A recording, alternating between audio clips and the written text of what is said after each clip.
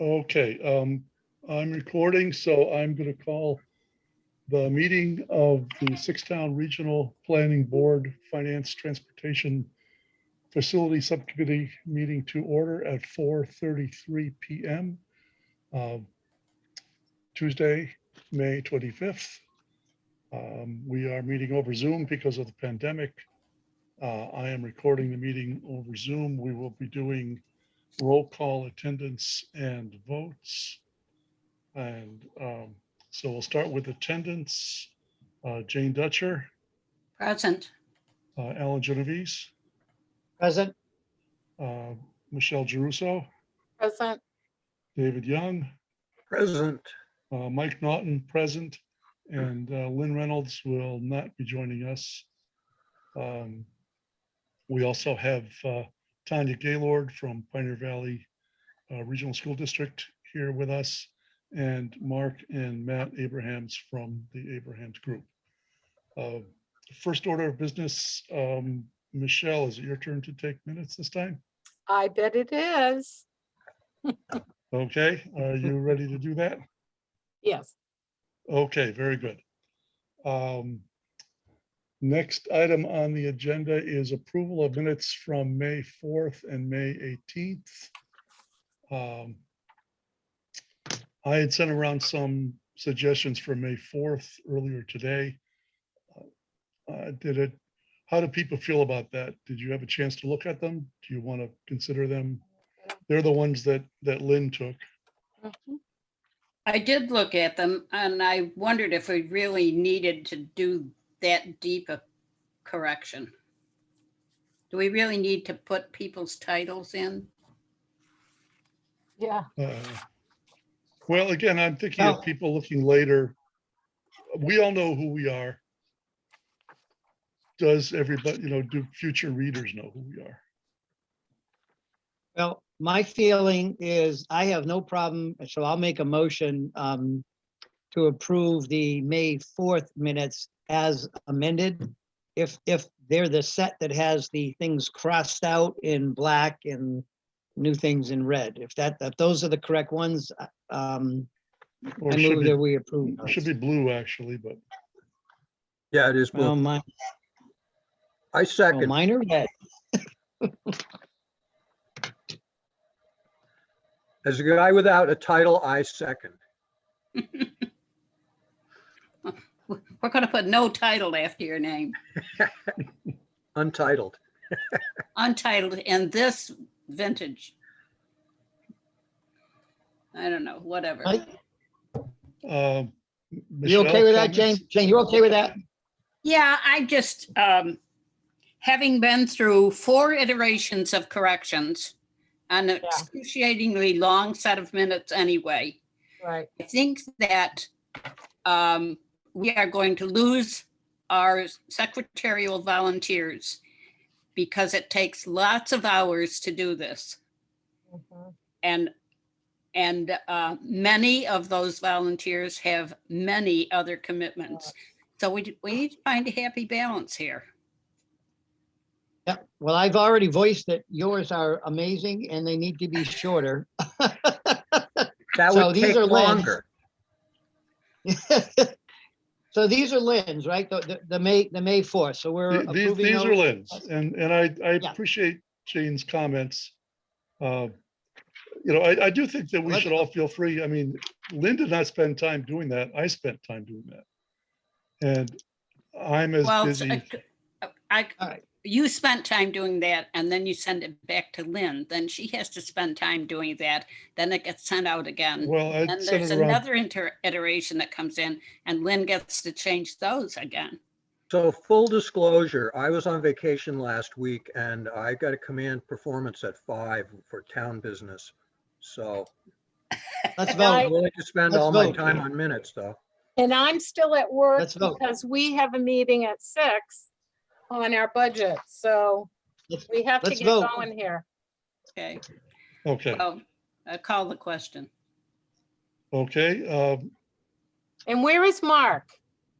He's there somewhere. He looks like he's in It looks- Bermuda. Yeah, Yeah. where are you?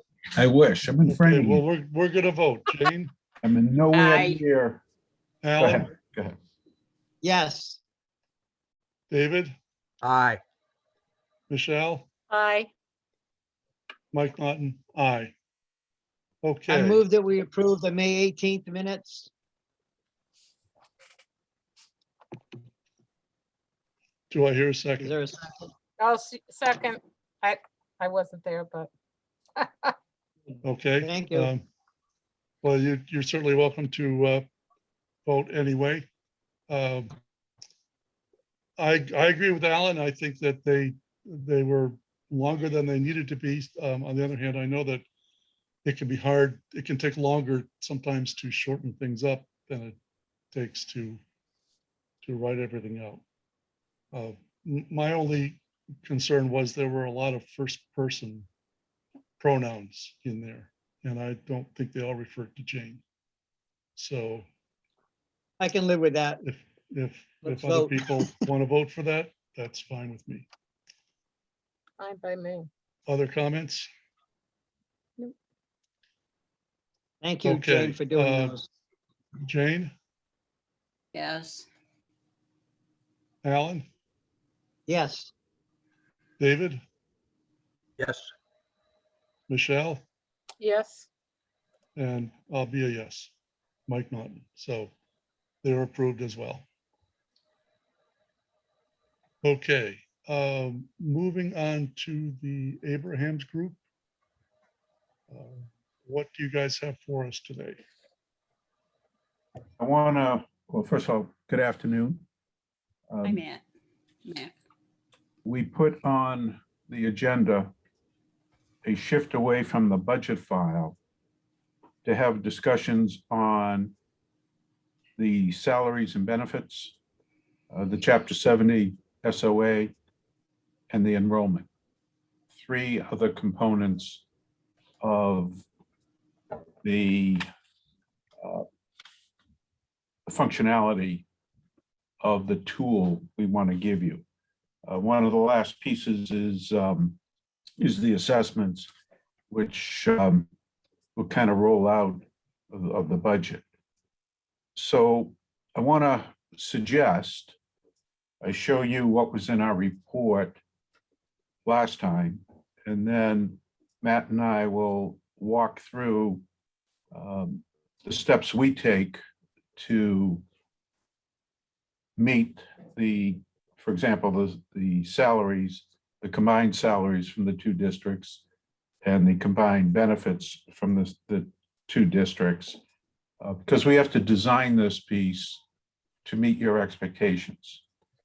So I thought if we went back to the phase 2 report and just briefly show you what we reported on last year, and then we can have a discussion as to, remember, the design of this tool in those three areas. And hopefully we can limit the discussions to maybe 20 minutes on each subject, so we can all be out of here except for David by the time we need to. Does that sound like a good approach? Let's give it a Yeah. shot. Okay. So I need to screen share. Mike, Okay, can I you think you should transfer be able that? to. It's set up so that multiple people can share. Are you able to do that? Yeah.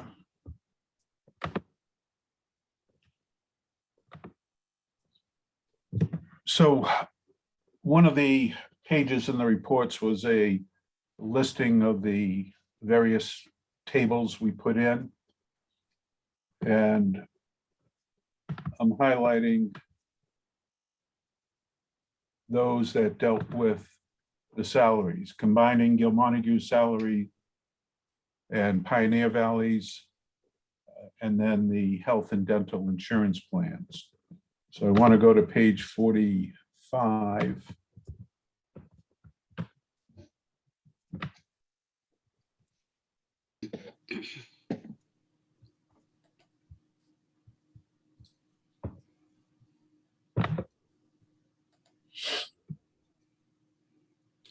I don't see page numbers on my screen. the first table was table 13. Almost there.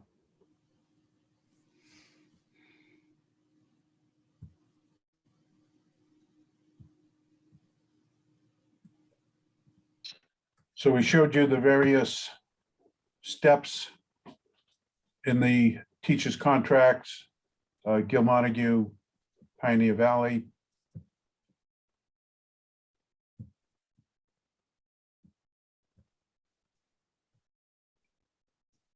Then what it would look like dollar-wise, shifting Gil Montague's to Pioneer Valleys, and then a discussion the other way.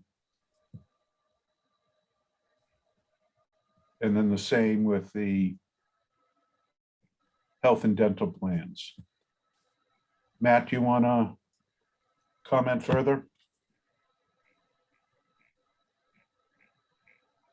I mean, I don't have anything really specific. We could talk about the detailed process if you want, but I think you've covered everything from a high level. So when you combine the Gil Montague and the Pioneer Valley salaries, the steps and the lanes, not everything matched. Am I correct? Right. And therefore you had to create, I'll call it a new lane or a new step in order to accommodate teachers that would not lose any salary. I don't know if that's accurate. I don't think we created a new lane.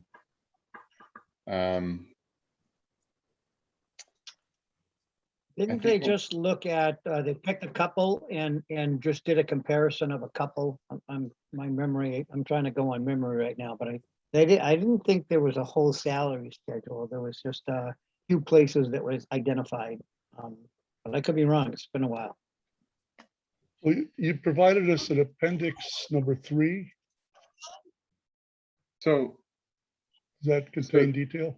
I think what it was we decided that we weren't going to move them to the new scale, which would be for the combined region, until the new scale reflected an increase for them. So they would maintain the current scale until that happened.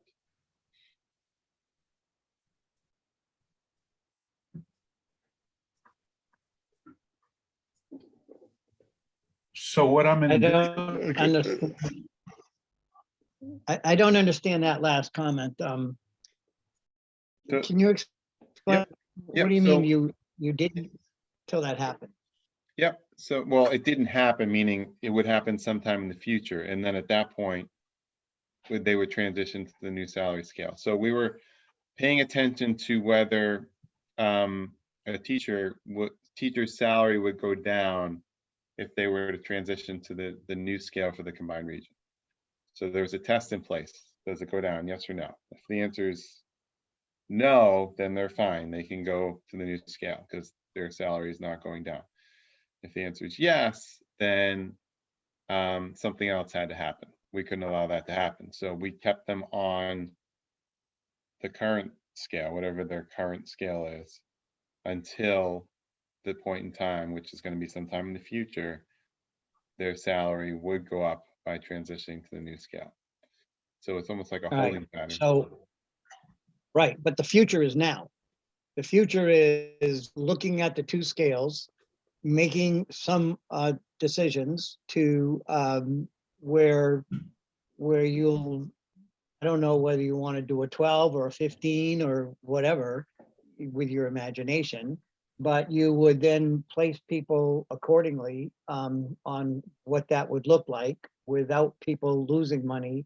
And then we could then take a look to say, this is we meaning the future of, okay, where do we have to maybe increase some money in a certain steps or what does it look like if a 3% ripples across, how do we modify that? So we would then be playing with what you're considering the future and I'm considering now, a new salary schedule. And without getting into, well, how does that, how do people feel about, they just got a $500 increase or someone jumped significantly. Those are issues that all have to run through a collective bargaining, agreement, negotiations with whatever the new union would be. But you've got to start somewhere. So I go back and say the future is now. That's one of the things we're asking you to pull together, and then we would take it from there and see what modifications we would make in the next phase. Well, you're also going to Now- use, Go ahead. no, go ahead, go ahead. I was just gonna say, so I think what he's saying is that if they created this new salary schedule and say, for example, a step 15 teacher, they put in between Pioneer's 15 step and what Gil Montague's step 15 is making with a master's, that essentially for possibly a year or two, that the individuals from Gil Montague may not get a increase as far as the step goes because they're already making more than the step. However, the Pioneer staff would gradually get to that level, and then once that, as the COLA is applied to the scale, once the Gil Montague individuals would receive an invoice or an increase in their pay based on the new scale, then at that point they would start being paid on that new scale. So when they talk about the future, they're talking about years in the step schedule, not like in our process. Is that, Matt, is that correct? Yes, I agree with what Tanya just said. Tanya, thank you for clarifying. Alan, is that clear? I can live with that if that's what the intent was, or it is. Not exactly what I thought you were going to be doing. I'm sort of in between that. I thought it was going to be just an actual salary schedule without regard at the moment for who got big increases or little increases. You would create whatever steps you needed with the education you needed, and you would populate it, and then with the people and the dollar amount, and that would be something that we would then take a look at, we meaning the future, and be thinking through negotiations, the scenarios that that Tanya just talked about. How do we mitigate this now that we have something to work from as a point of reference? So Well, I think what they're saying is that you can't start the negotiation with someone showing up on a scale making less than they're making now. we will allow That that. it wouldn't be a That subject would of, be, Right. go ahead. no, you wouldn't start with that. You would start with everyone making the same or more money on this new Right, scale. but if they're making the same, that might be more, and they have a position on this new scale, what they're making might be more than that scale allows for, that position on the scale allows for. That's what I hear Yeah. Matt and Yeah, Tanya because saying. it's- And that if that's the case, then they sort of sit there until the situation changes. Right, because there Well, is, no, this is one of the areas of the biggest inconsistencies, because Gil Montague's scale is higher from a regular step standpoint, but their differences between steps is also gets larger as they get to the top. So I think that's the area where there's more variance between like step 7 and 15, if I remember from when I was looking at the scales next to each other. so let me just talk about this a little bit different. And that's the problem that happened many, many, many years ago when the school committees thought that they knew, better and didn't hire attorneys, and the teachers unions had attorneys and they were much more prepared. As we all know, as you provide a percent across the board, those at the top making more money get a much bigger increase. And then over time, it becomes really,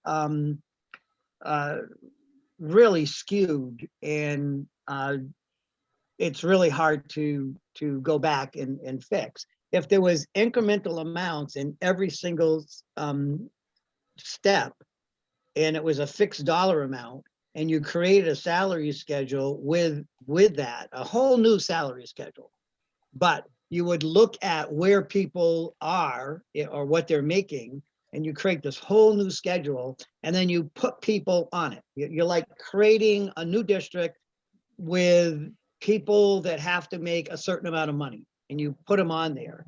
And then you've invented a salary schedule that incrementally is now not skewed out. Maybe there's $1,000 difference between each, or an $800 or whatever it is, but you've created something new. And if negotiations ever went back to just taking a percent across the board, you'd end up again in the same predicament 20 years from now. Perhaps negotiations then talks about equity in terms of a dollar amount being assigned to each level of education and each step, and so it stays it stays more in line across the board and doesn't get out of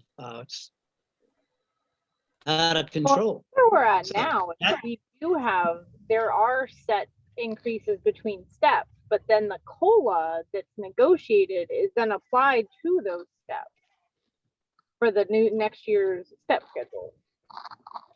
I'm well aware of how that works. I've negotiated so many contracts over the years and watched them get out. Of course, as you apply a COLA across the board to the steps that have increased, it slowly gets out of control. Right. And that's what we have right now. Yeah. And that's what many districts have.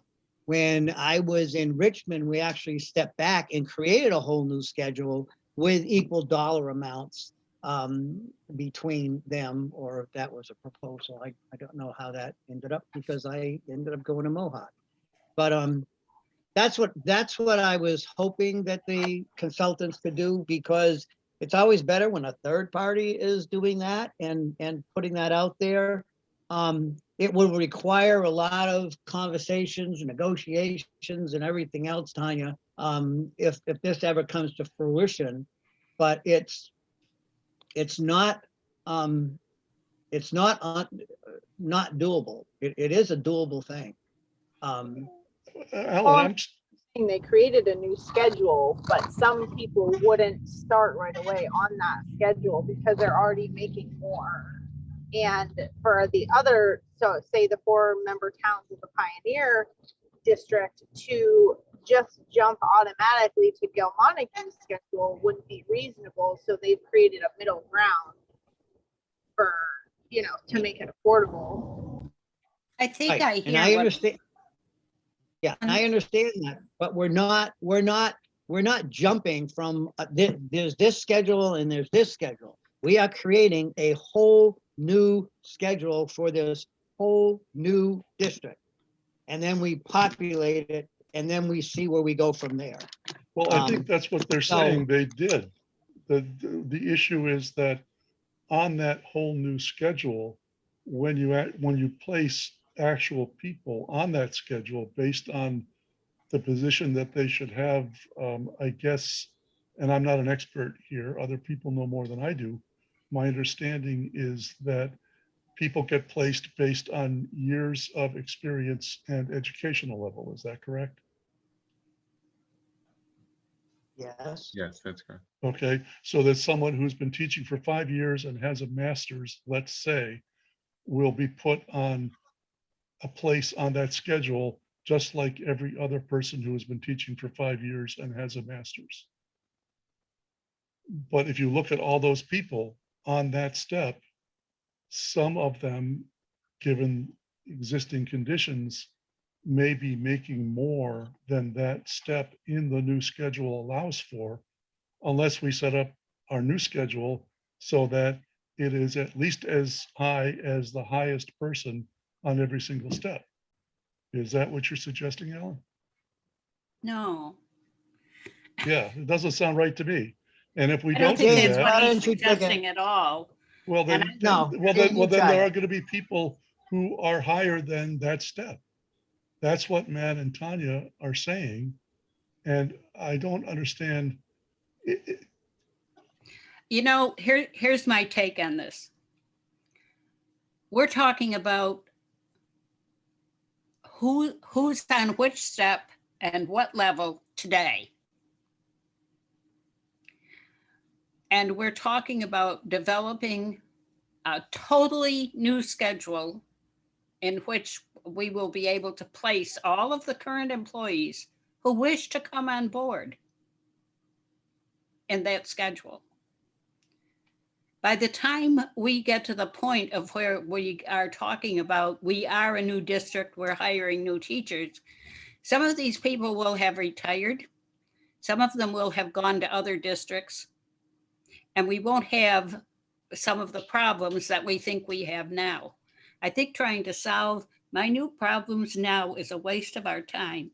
The philosophy is we're going to have a new schedule. It's going to be as fair as possible. And then we will work with individuals to place them on that schedule. Those who can't be placed to the best advantage of them and the district will be highlighted to be dealt with later. And that at that later moment, we'll have to modify this schedule or make separate contracts with those people or whatever arrangements we have to make. But to get bogged down in what I think is a pretty minor issue as far as numbers are concerned, to me, it is the wrong thing to do. I would like to see those people highlighted and move on. Keep in mind that our objective in combining the schedules, both salaries, health and dental, is to give you something that you can use to populate the revised budget. Are we talking about health and dental, or are we talking about salaries? Both. All right, so if I could just add, okay, so legally, we can't go back and negotiate individually with people in a collective bargaining unit. But you're very close, Jane, in what you're talking about, because when you have that, you let's say a salary schedule and you put people on it, and let's say you've identified the problematic or the what doesn't seem fair, you then can have what do I want to say, a concurrent schedule. And this is where I now join my thinking with Tanya, that takes those people, which is on like a different schedule, and certain things happen over the next 3, 4, 5 years, which brings them in line with a new salary schedule. So so that, you know, we can't do everything right now, but we've got to have something to start with. And that was the challenge, I guess, Mark, with trying to come up with a salary schedule that you would then, you know, do your best to populate and put people on it without losing money. And then if this ever happens, it'll be up to the negotiating teams to sort out the issues that Tanya pointed out, that Jane pointed out. Right. And again, we're giving you a combined salary schedule, combined insurance schedule, so that you can populate the budget with that. I have a hard time with the word combined. The 6-town region. I know. So it's going to be a new schedule for the 6th town. We're not trying to combine the schedules of the 2 districts. We're going to come up with a new schedule, and then we're going to populate it. Correct. Okay. I agree. Any other discussion on that? I just would like to see an example of what that's going to look like, so we can confirm that it's going to be what people here are saying they want to see.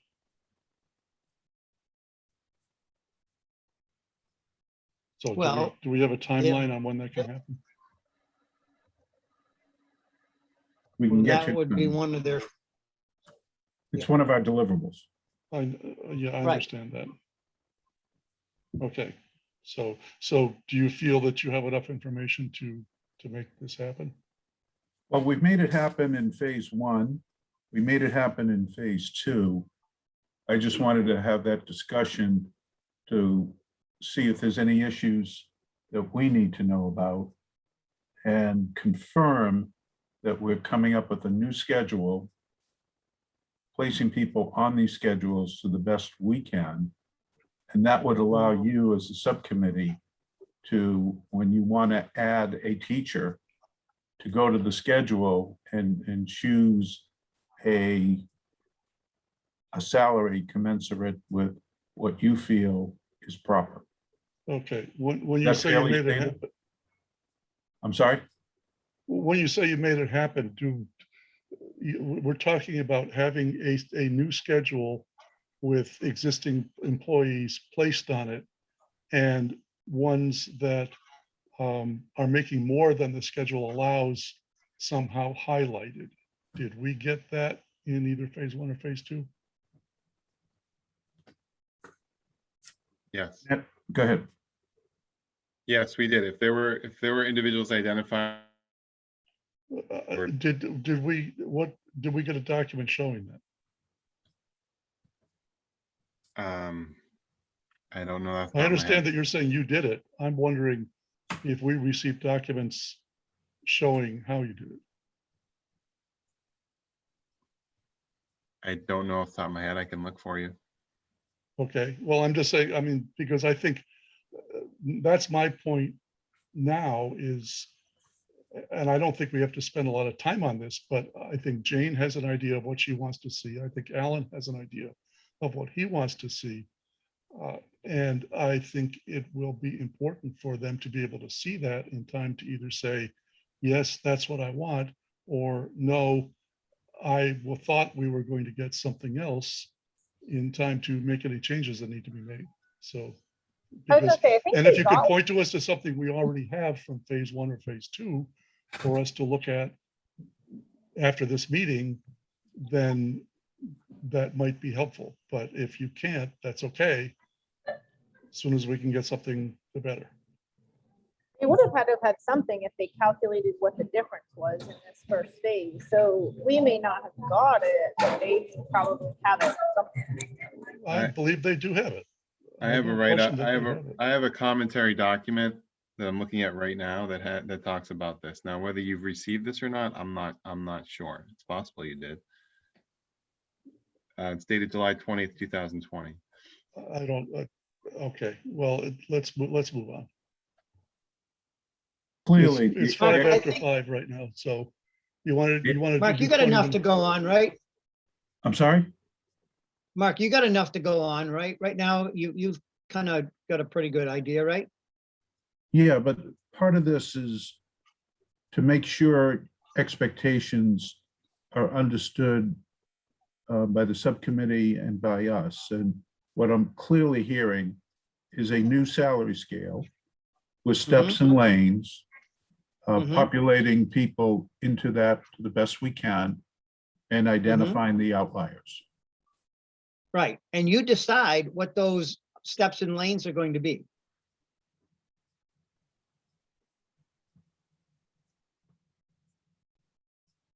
Well, we- I'll just make something up. Maybe there's maybe there's not an education bachelor's plus 18. Maybe you added one. Maybe there Yeah. wasn't a bachelor's 24, Yeah. things like that. Yeah, I think we've done that Or- before. It's clear that it's not clear if you've received it. Okay, Yeah, I don't remember that, but I'll look too. all right. The second thing we wanted to discuss with you is Chapter 70 SOA.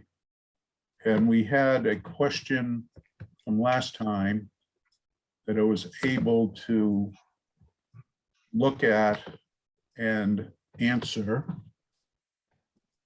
Let's see here.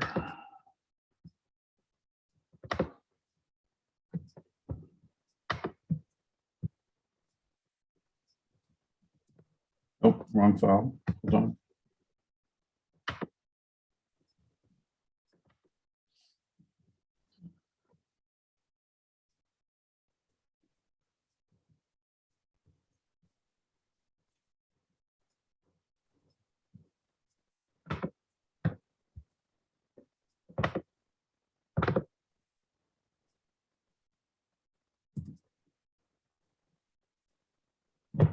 I get too many files open, so give me a minute here.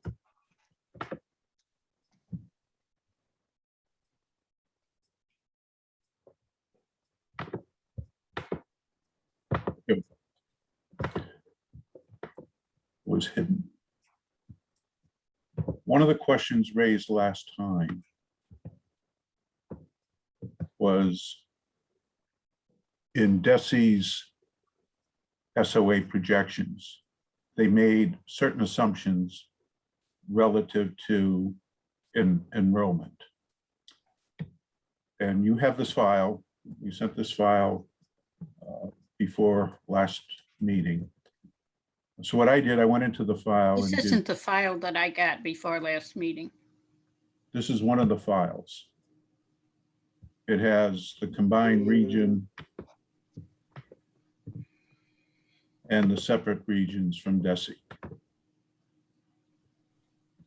So one of the questions was on the enrollment piece. And your foundation enrollment, this is Gil Montague, dropped by 104 students, foundation enrollment, from fiscal 21 to fiscal 22. In their projections, DESI is bringing back or assuming that Gil Montague's foundation enrollment would be 20 less than the foundation enrollment for fiscal 21. On Pioneer Valley, the enrollment decline was 46 between fiscal 21 and fiscal 22. And these are House Ways and Means numbers for fiscal 22, different from the governor's budget fiscal 22. And DESI brings back in fiscal 23 and subsequent years, the enrollment to fiscal 21. The decline in Gil Montague was roughly 10%, 21 to 22, and roughly 2% going forward from fiscal 21 numbers. The decline in Pioneer Valley was 7% and minuscule going forward, basically level. So I wanted to point that out because SOA projections are based in large part on foundation enrollment. And I just wanted to answer that before. The second thing I looked at, if you recall,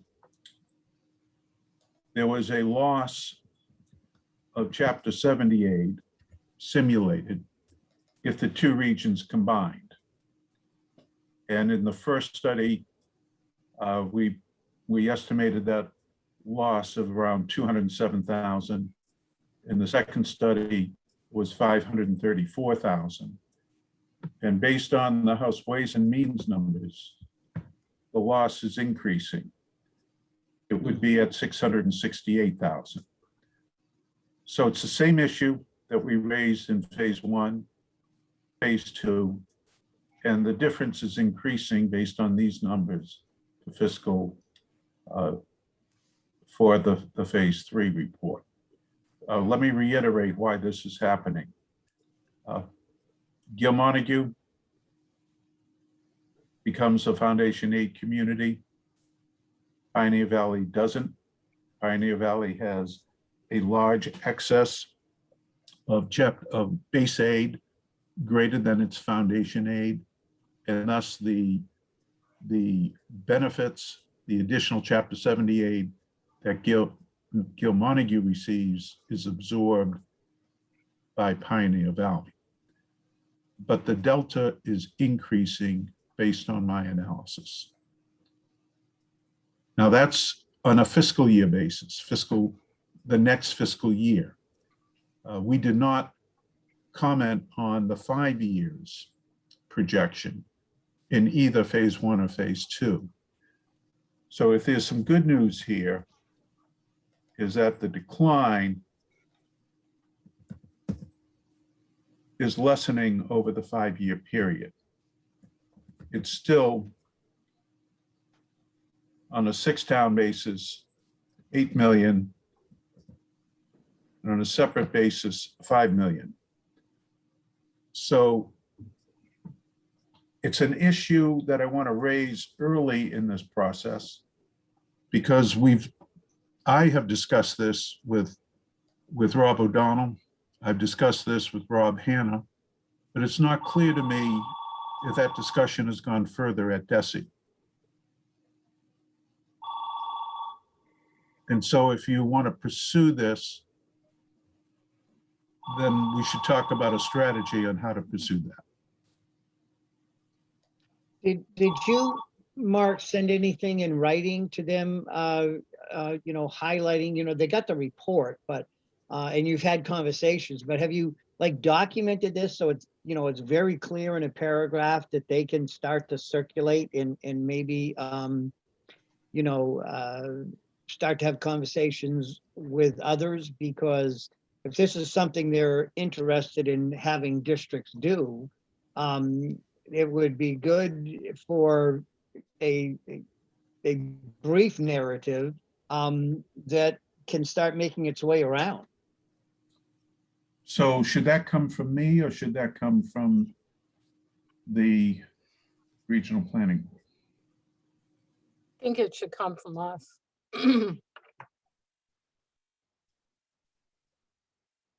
I could write it up for Well, you.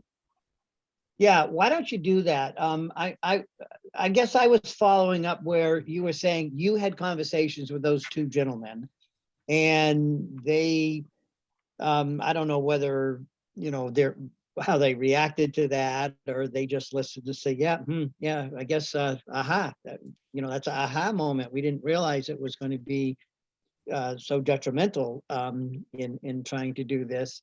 And then it just stayed there, or I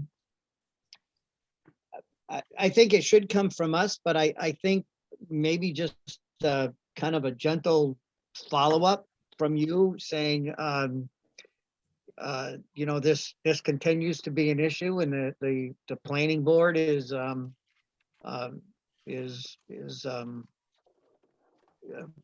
putting together or trying to reconcile the merits of creating a new district with the likelihood of a tremendous financial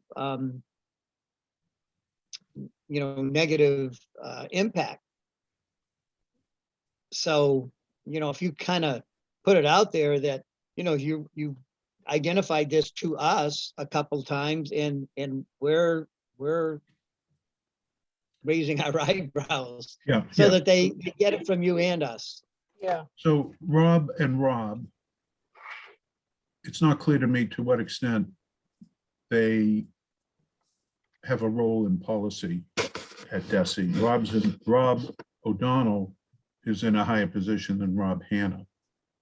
So I've discussed this twice with them, and they understand it. Again, I don't know if they pursued it further. So if I write something up for you, Alan, or the subcommittee, you can do any edits you want. At least you'll have the numbers from me. Is that fair? Okay. Yeah, thank you. Yeah, that would be good. Why don't you, get that to me and to other folks, and to the finance folks, and then I'll start to take a look at how best to do that. I might share, we might begin by sharing it with some legislators to have them be aware, maybe copy them on it. So we'll figure out how to put that forward.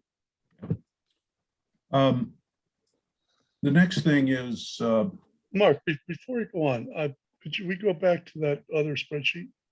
sure.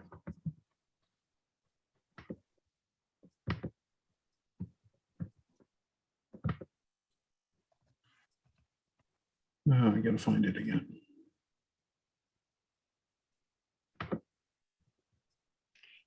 Well, maybe we don't need to actually look at it. I thought I recognized it, but I'm looking at the numbers and I'm looking at some of the sections and I don't see those on what I have. I will send it to you. Okay, why don't you do that and I will send it along to the committee. Okay. This was issued about 6 days ago. Yeah, I didn't get that. Okay, I thought I sent it to you. Okay, that's fine. You Thank sent you. you sent me a couple of things and one of them looked something like that, but it does not have all of those lines. And it Oh, also okay. looks like the numbers are different. So, The- Yeah. I know the one we got is dated that same day, and it also discusses foundation and hold harmless budget. There is a typo in the second box, combined region, What we're looking at on the screen. right there, combined. You got Do you combined. need- And then at the end, the difference is increasing instead of increasing. Very end, yeah. There you go, to the right. Yeah, Oh, it's up there. I didn't see that, sorry. thank you. Yep. So in our, and Phase my two. other comment is that I don't see any, and maybe this is the way it is. We have foundation enrollment projections for each district as a whole. We don't have foundation enrollment projections by town. Do you know what reasoning DESI used to decide that Gilmontague would, going forward, basically lose 20 students from FY '21, whereas Pioneer would remain the same? no, I didn't discuss that with them.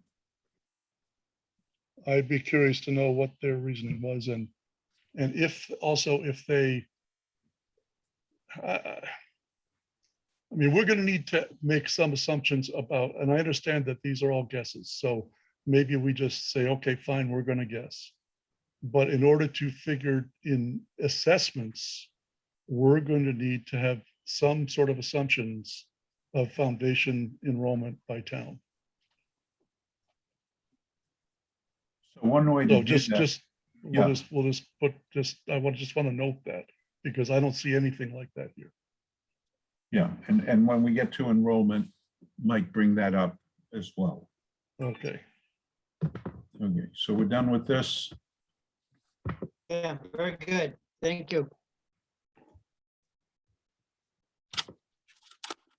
So on chapter 70, you have benefited from being a grantee, benefited in the way, I mean, that DESI has provided the chapter 70 Student Opportunities Act projections for the next several years, which covers your projection period.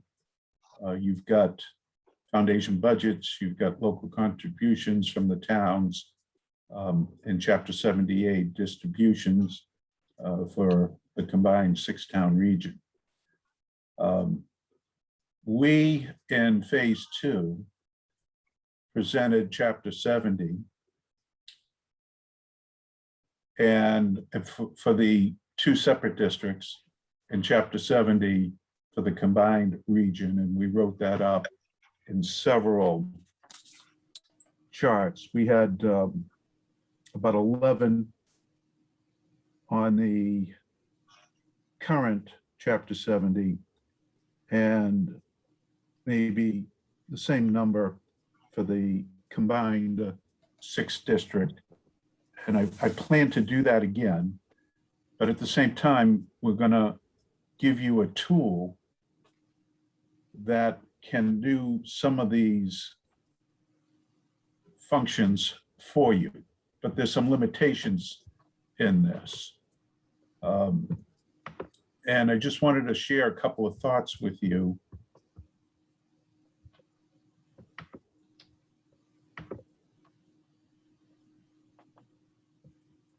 and just get your reaction to it. One of the major focus of Chapter 70 is the foundation budget. And just give me a minute here to show you how this works, and then get your reaction to it. So in the DESI spreadsheets, they have this tab called Foundation Budget Rates per Pupil, fiscal 22, Chapter 70. And it's organized by the foundation budget line items. And it's organized by the different grade levels of what DESI calls the base enrollment. And those data are provided by each district. And then beyond the base, DESI has what they call incremental enrollment. And the base enrollment, again, is based on your reports to DESI. And they have rates by the foundation budget line items by the grade levels. The SPED rates are noted, but the SPED incrementals are presumed. And so here's what I mean by the base foundation. And here's what I mean by the incremental cost above the base. So these are the numbers you report, and these are the numbers that are presumed, and these are the numbers that get reported. And it works very simply, and I've always wanted to do this, but I've never done this.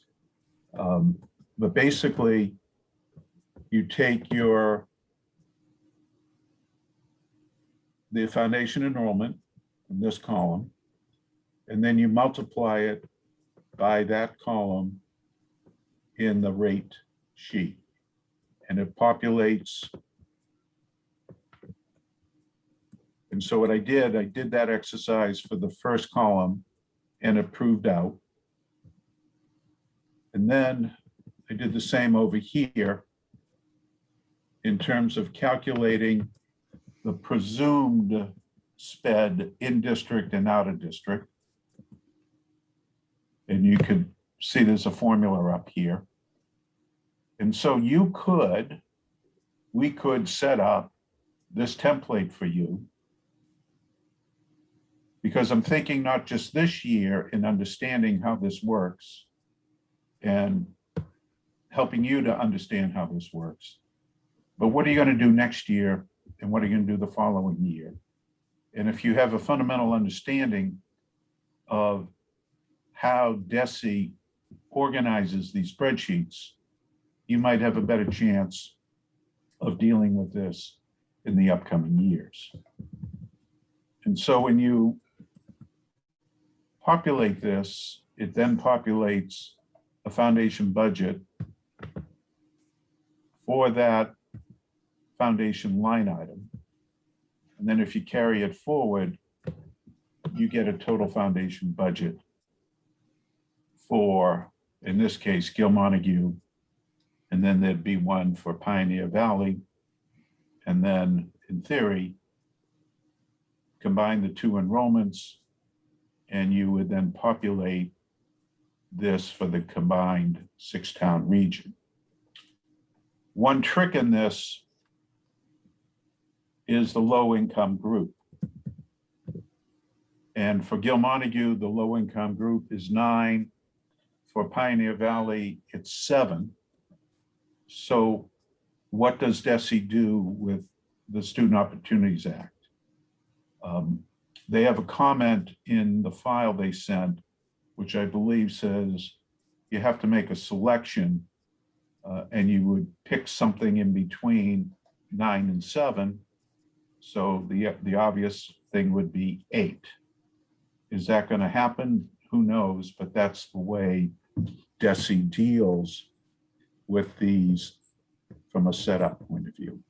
Mark, do you know what that low income group refers to? What does that mean? Yeah, so, and I'm going to try to explain it to the best I can. Poverty levels. So if you have a poverty level of, let's say, 85%, you're in one group. If you have a poverty level of 75%, you're in the second group. 65%, 55%, different groups. And what does the group mean? The group means there are different rates. Okay, but I'm just a little confused why DESI, if they already know, they've done the calculation for Gilmontague, they've done the calculation for Turner's Falls. We're saying, okay, take the two populations and combine them. Wouldn't it be fairly straightforward for DESI to figure out? Yes, it likely is somewhere between 7 and 9. Couldn't DESI figure out where it will end up? Well, what I DESI don't says understand why is, they left that for us. no. They make that decision. DESI has to make that decision in order to produce the foundation budget for each simulation.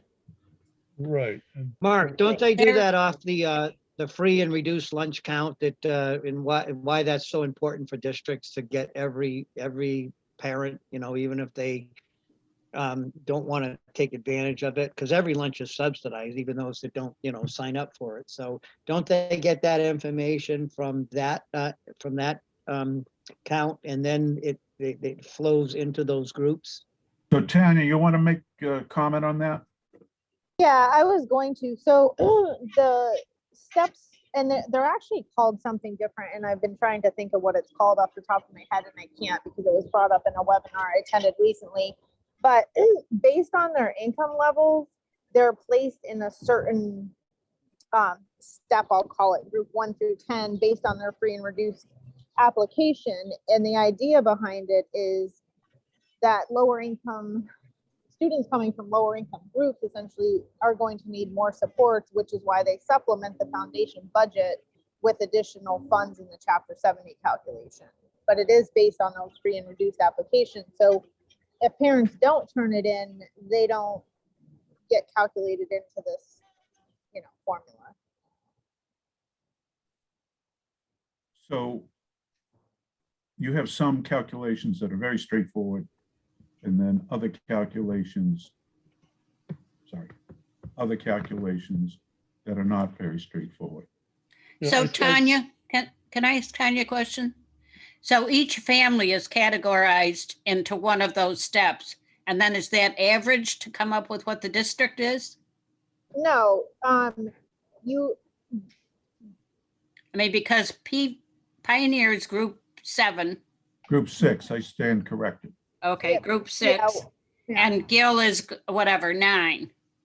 I think they do it based on the bulk of, so if you have 700 students, sorry, I'm outside waiting for somebody, 600 kids that fall into one category and the rest fall outside of, almost like a bell curve, that is how that's determined. I don't know, I can find out more about the specifics of that calculation. Again, I briefly got some information at a webinar I attended recently, and it was kind of convoluted, just like the whole Chapter 70 calculation, but I can try to find some more detailed information on how that's calculated for our next meeting.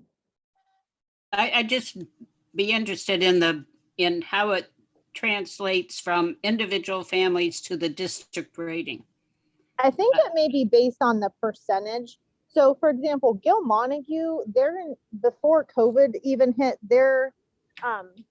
all of their students can have free lunch, and you have to have above a certain percentage of students qualifying for free and reduced lunch in order for that to happen. So I think it is based on the percentage of students that fall above a certain poverty rate where they place the entire district. But again, I can Yeah. get some more information. Tanya, you are correct. You are correct. It's based on a percentage, and if we don't hit that threshold, you're out of luck. In terms of getting added. Now, Yeah. Correct, I still correct. don't understand though why DESI says that they did not take into account how full regionalization would impact the low income grouping. If it's a calculation based on that sort of information, why wouldn't they have been able to do that? I'm guessing that they might allow there to still be a supplement for the Gilmontague piece, because with combining, it might actually decrease the group that they're in, which would decrease the subsidy that would be given in that respect from chapter 70, because Wouldn't we we are want to know not, that? But their, Yeah. their statement was that the new region would likely fall between the two. So if and that's what Gilmontague, would happen, because we're at a 6, Gilmontague's at a 9, we would probably land at a 7 or 8, because Pioneer's gonna pull that number down because we have less in that poverty. Right. Group. Right. And wouldn't, it seems to me it would be helpful for us to have, it seems to me that DESI is simply leaving it to us to, I don't know, average things out. I'm not sure quite what they're asking us to do with what they've produced.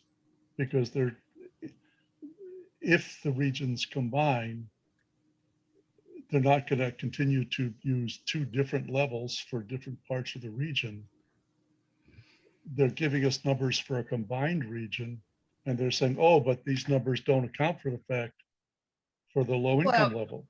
I think that the answer to that is that they're not certain where we're going, and they're not going to write any new code to handle it until they know.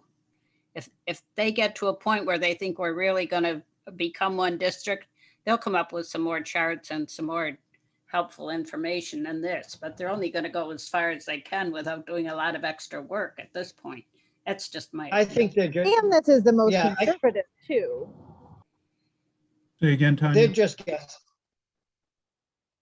I'm just saying this is the most conservative, because if they feel like we're gonna fall between where we're at and where Gilmontague is, we could potentially get that extra amount, but by not including that amount, it's kind of giving us worst case scenario, and we're not counting on income that we may or may not get depending on what our enrollment and our poverty levels look like as a joint district when this does happen, because 2-3 years from now, our enrollment and our demographics could completely change. Is this worst case scenario? I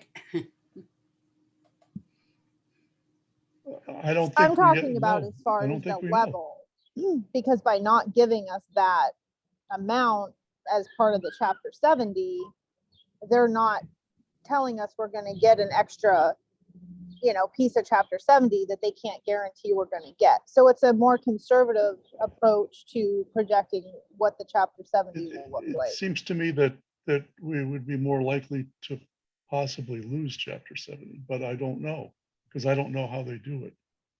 Well, they're making an assumption on the enrollments of the 2 districts. That's pretty obvious of what they think it's going to be over the next 3 or 4 years. And they're taking a look at the poverty of the 2 districts, and they're putting that together, I believe. And then they're taking the percentage of that to see which quote group we fall into. I don't think they guessed at, well, obviously they're guessing at those assumptions, and then it falls apparently, they're looking at not a big disparity right now.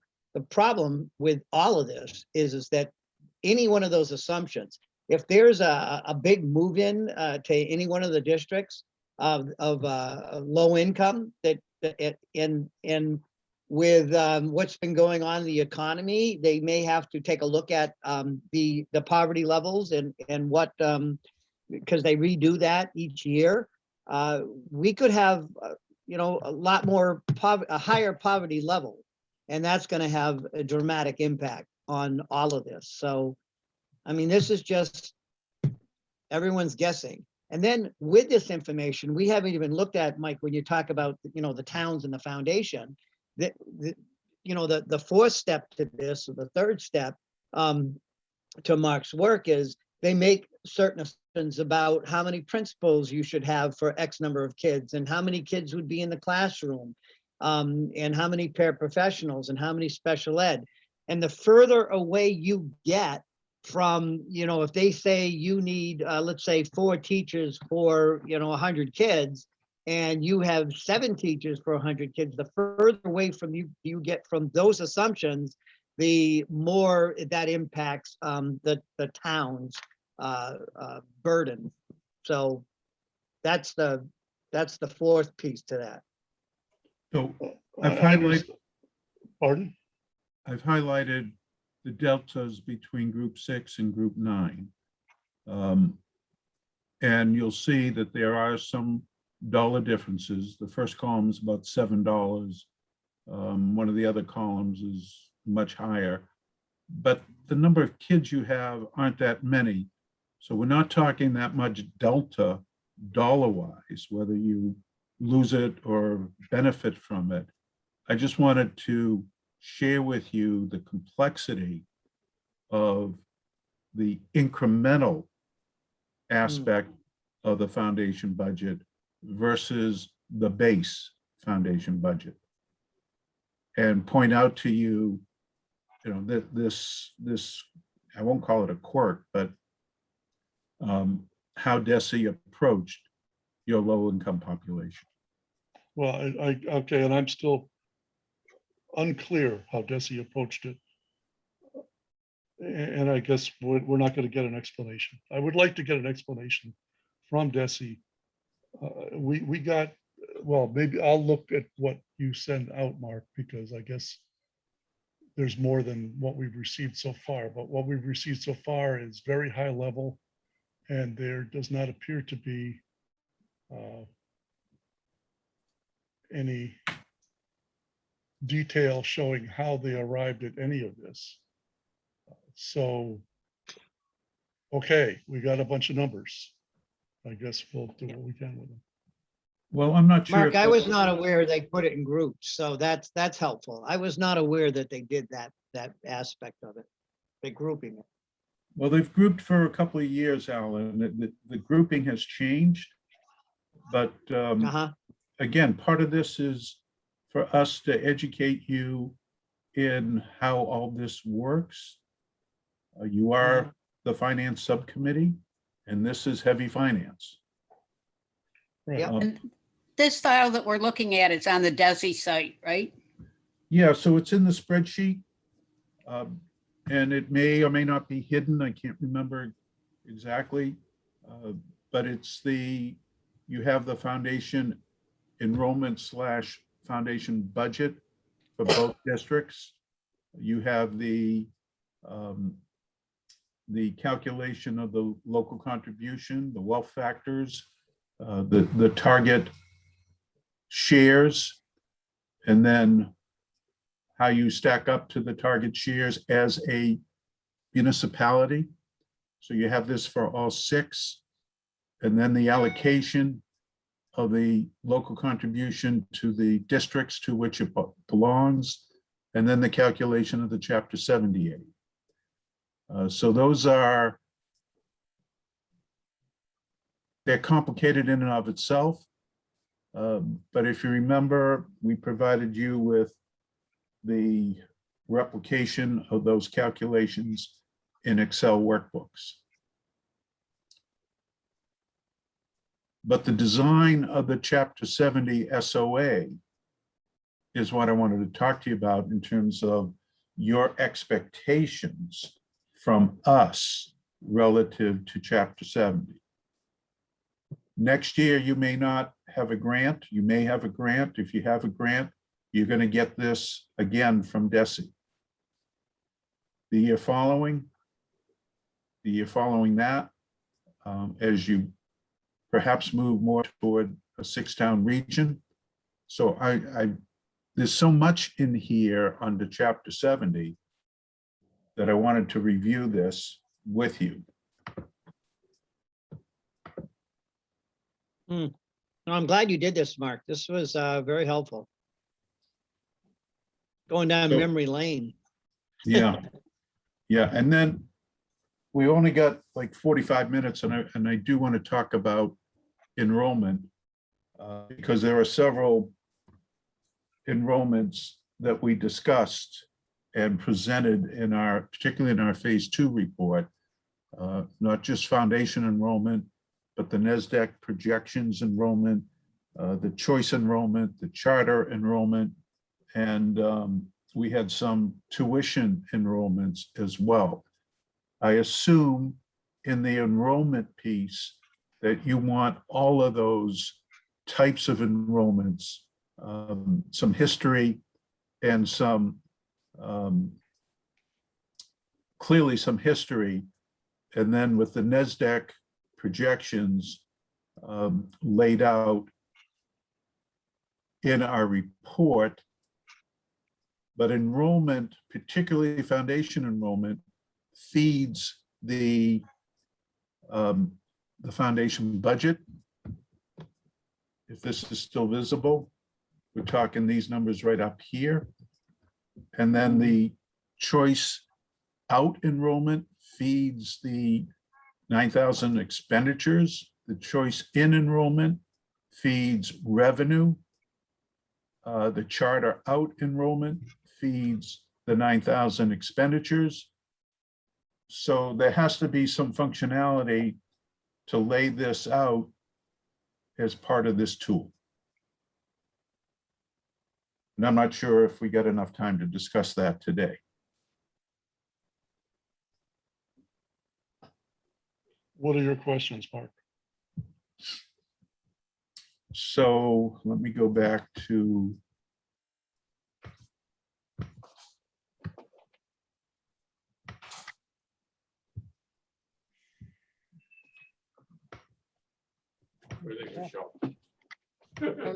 I'm on a webinar.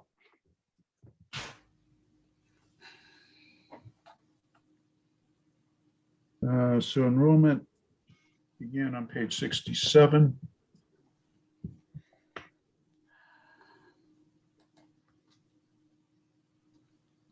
I don't know what page I'm on here. I think it was before the, it was after the chapter 70 and before the simulation. Yeah.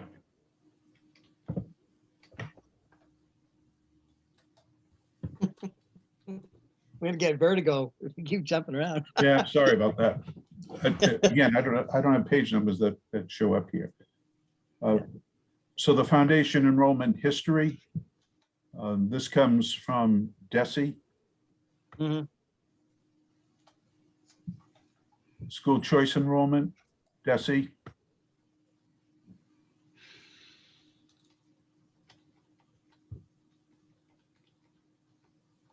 Charter out, DESE.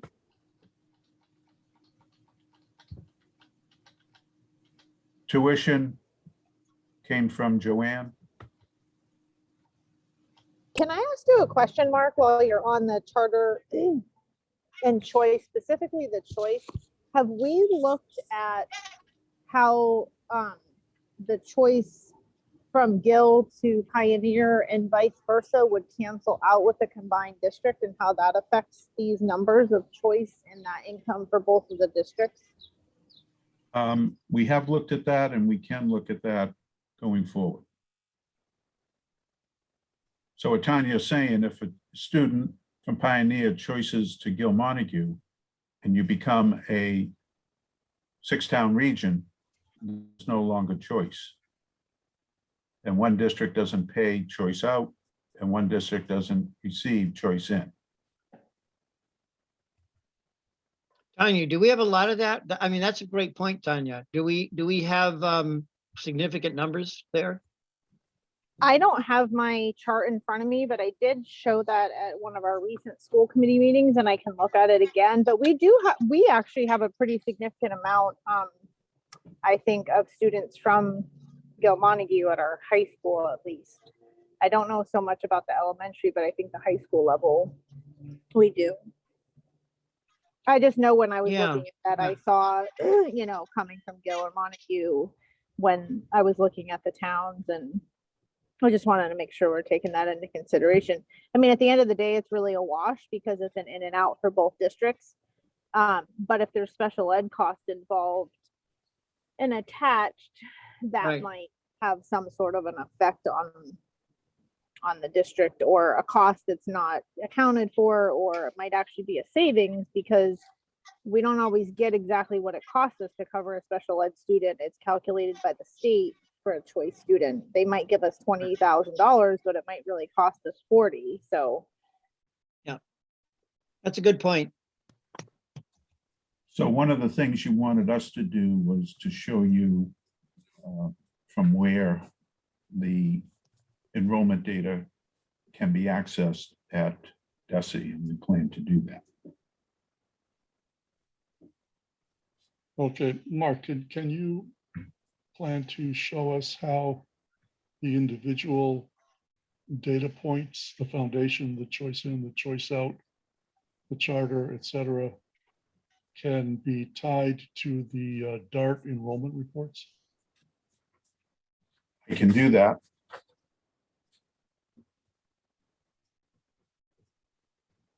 That's something I had trouble with. You're talking DART. Yeah, I'm not an expert on DART. There was a way to get an enrollment report from DART that seemed to match the NESDEC report for years prior to the NESDEC study. Their actuals matched those DART reports.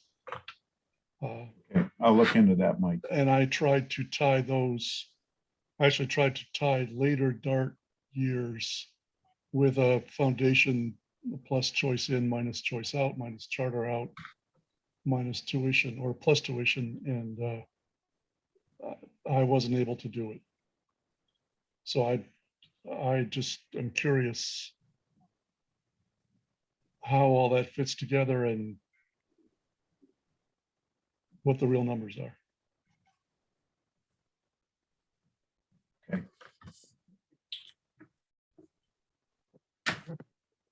And if you can't find the DART reports that match with NESDEC, I might be able to figure out what I did.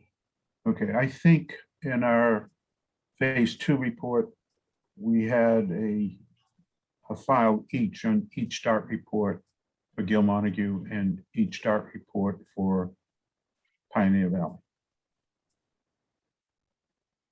Because I remember those were huge files, size-wise.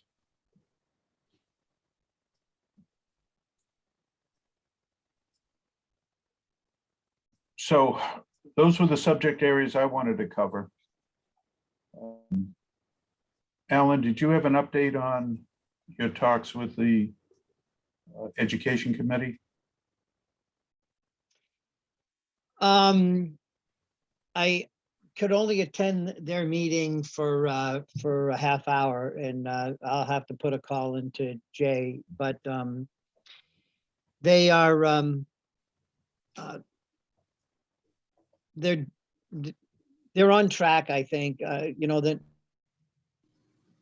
that will be to they're setting up meetings with the Education Subcommittee to talk to specific stakeholders about what they would like to see in a new district.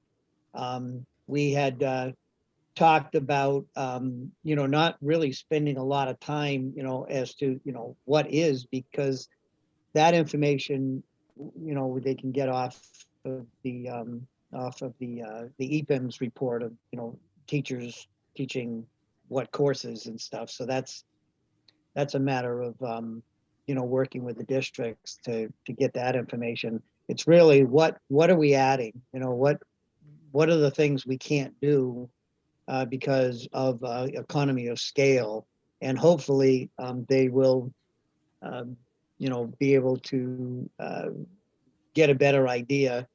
They're going to sort of test their questions as they're interviewing, so that when after June 30th, the plan will be that we'll be able to then carry that ball for a while and meet with various stakeholders to get more information based on how they're setting that up, and did they glean the information they were looking for in their groups with stakeholders.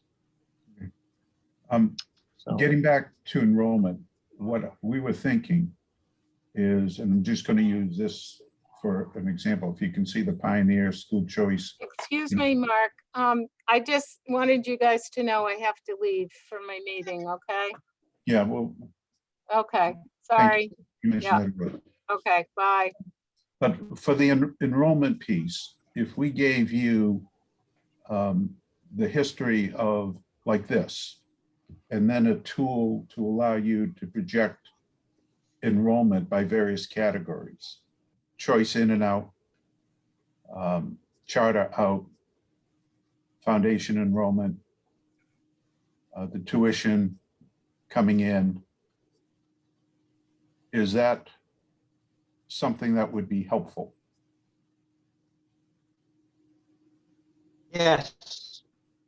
And Mike, we don't have a quorum anymore. David had to go, Michelle had to go. Well, it's okay if no one mentions it.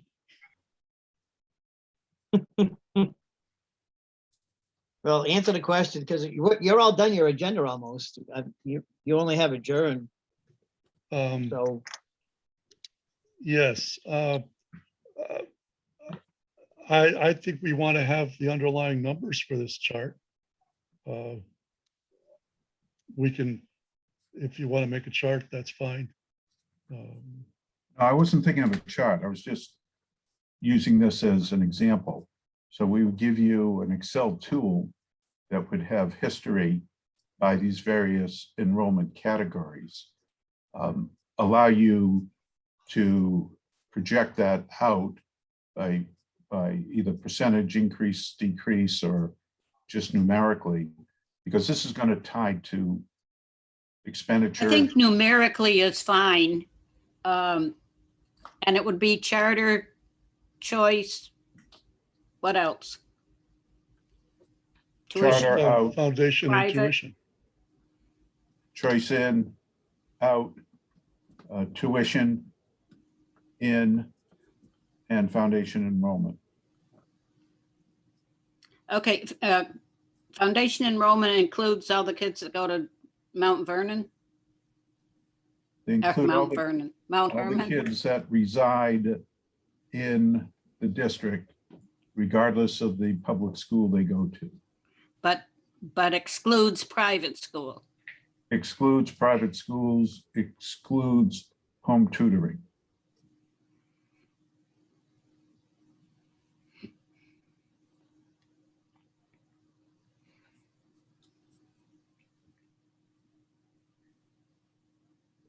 If Choice you're in and, asking- Sorry, I'm go sure, ahead. I'm sorry, Mike. Go ahead. I'm sure that we want to look at choice and charter.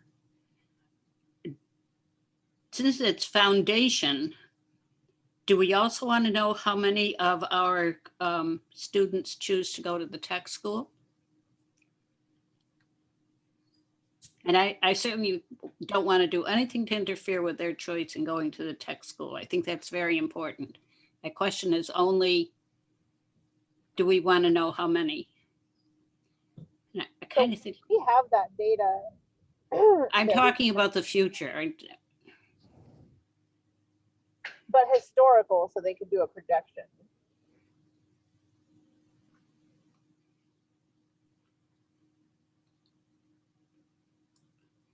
In other words, I guess she's saying if you lose about 20 kids out of 100, that's going, into the 8th grade or 9th grade, then you could just project that out. And what does that do to revenues? And what does that do to expenditures if your choice out goes up, your charter out goes up? How does that impact your expenditures? Because then that ties back to the budget. So the enrollment piece, obviously the Chapter 70 piece ties back to your revenue budget and ties back to your assessments as well. Right. And as far as the tech school with the amount of kids that go out, I would venture to say, and I would obviously have to look at numbers to confirm this, but that it's probably pretty consistent. I think we lose about 20 to 30% of our 8th grade class each year to that tech school. So then it, even though we're losing those students from 8th grade to 9th grade, I think it creates somewhat of a level enrollment still in those grades in respect to whatever our enrollment as a whole decrease is or has been. Well, Yeah, I think if and we look I at don't the know, Go ahead. and I'm sorry, Mike, go ahead. Well, I think we want to look at all those numbers if we can. I know how to find, I think, individual numbers on the DESI site. But my issue has been that when I find all those numbers and do the calculation to try to arrive at the actual number of kids in classrooms in Gilmontague and Pioneer, the numbers don't match either the DART reports or the NESDEC reports, which themselves do match for the history years for on the NESDEC report.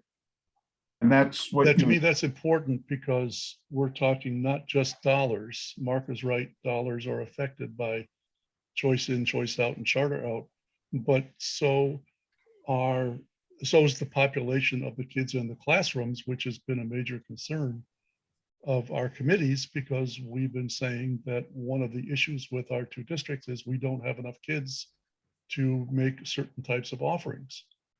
And that's not entirely because foundation enrollment is where it is. It's also because choice out is where it is and charter out is where it is. and that's the formula you were speaking of earlier, foundation enrollment minus choice out, minus charter out, plus choice in, plus tuition in. You would hope that foots to your head count. I did hope that. I just wasn't able to make it happen. One of the So that- problems when you were talking about how does this impact, it has to do with, just because you lose X number of kids to the tech school, you still need to, pay a teacher, and you still have to turn the lights on, and, you still have those expenses. So you have pretty much a lot of the same expenses that without the dollars to support them.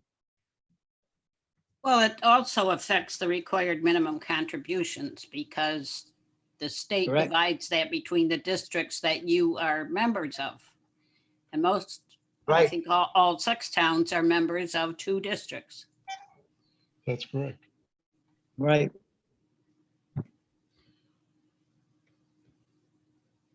And therefore, again, I'd like to know more about DESI's assumptions, and if they want to say, obviously they decided to flatline enrollment, and that's not a bad assumption. It's very clear. How do they figure things like minimum contribution? What were the drivers for their assumptions there? I don't know how much information we can get. I'm a little disappointed that they didn't try harder to explain to us what these numbers are based on. They just kind of dump it and say, here's our projections. Well, okay. I guess it's hard for us to say, gee, let's tweak it this way or that way, because we don't know where they're coming from. But we will deal with what we have available when the time comes. Okay. So Mark, did you get in? Do you feel you have one? Say again, Ellen, you were a little broken up. I was asking you if you felt you got an answer to your question. So I've got more clarity on the salary and benefits. I've got more clarity on enrollment, and I have less clarity than the other 2 on Chapter 70 in terms of the functionality. But let me think about it, and then we can revisit next time. Okay, when should next time When is be? next time? Good question. Do we want to come back in a week or do we want to take more time? What do you think, Mark? Well, 2 weeks would give us a lot to develop some of these functionalities.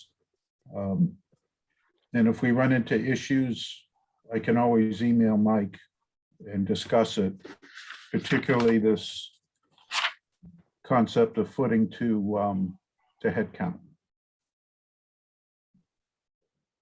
Okay, Okay. so are you looking at,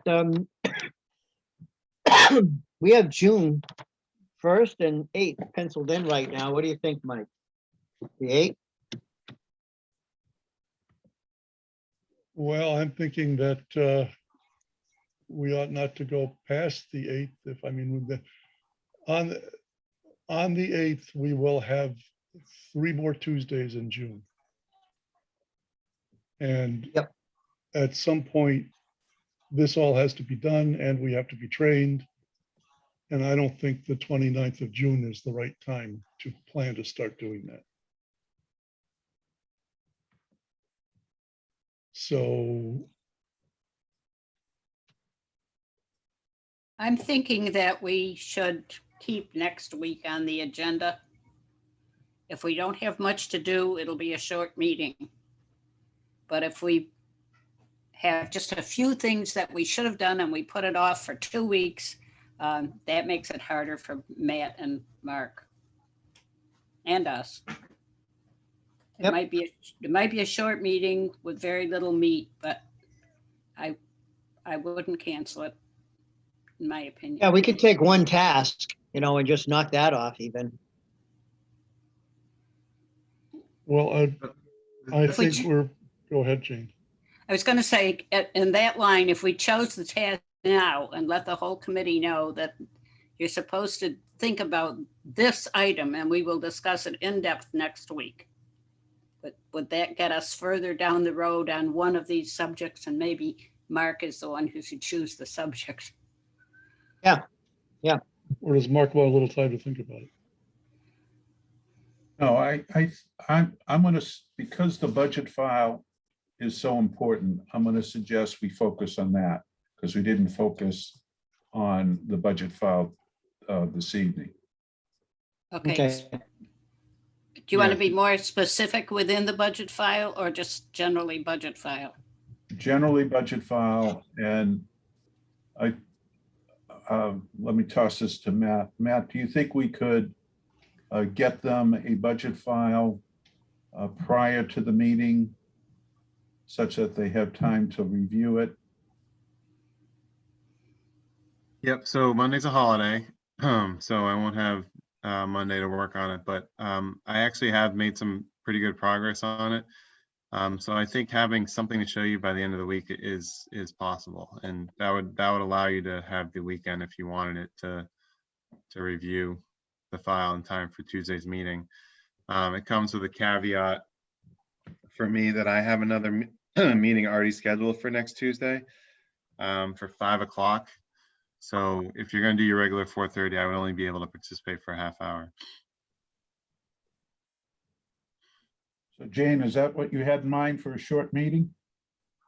want to do 4? Can you do 4, folks? Well, I can do 4 and Mike can do 4, and I don't think Michelle can do 4. Lynn probably can do 4. Why don't we try 4 and see what happens? And did you see Tanya's note that she's got some vacation time to try to get in before the end of the year? So better she gets it will be helpful. Yeah, I just want to make sure that if you guys need any more input from me, specifically Matt, because we're working on some of the You're salaries. breaking up. Because Matt and I were working on some of the salary stuff, I just want to make sure if he needs anything else from me that I have enough time to put that together in between the breaks in my days.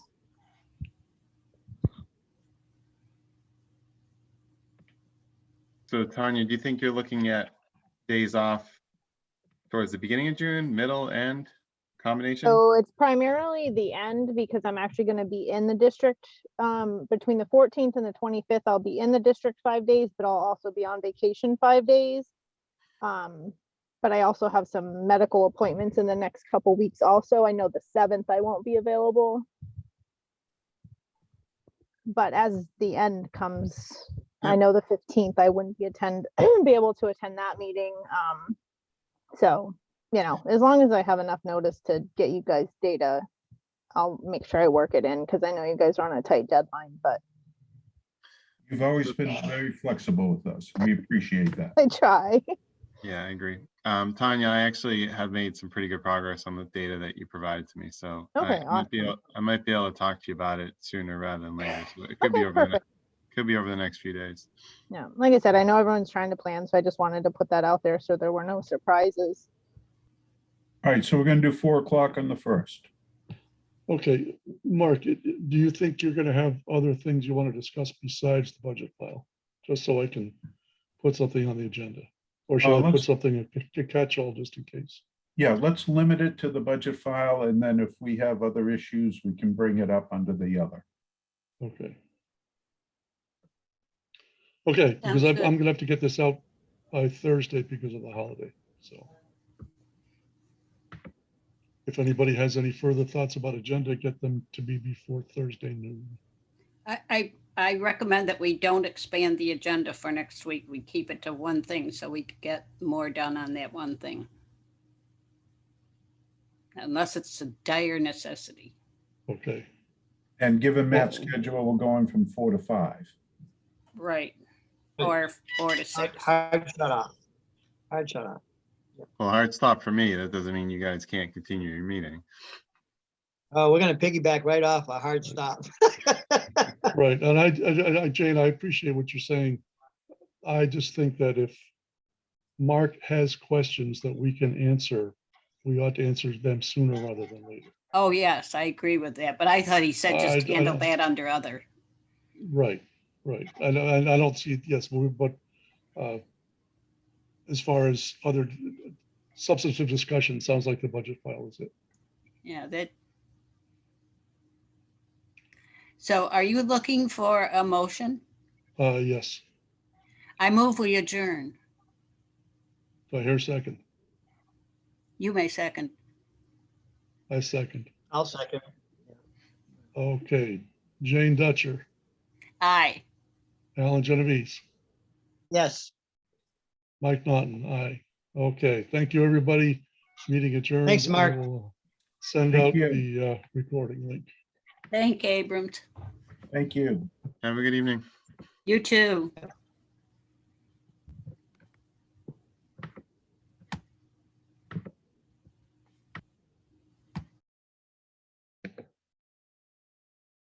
Okay, we're done.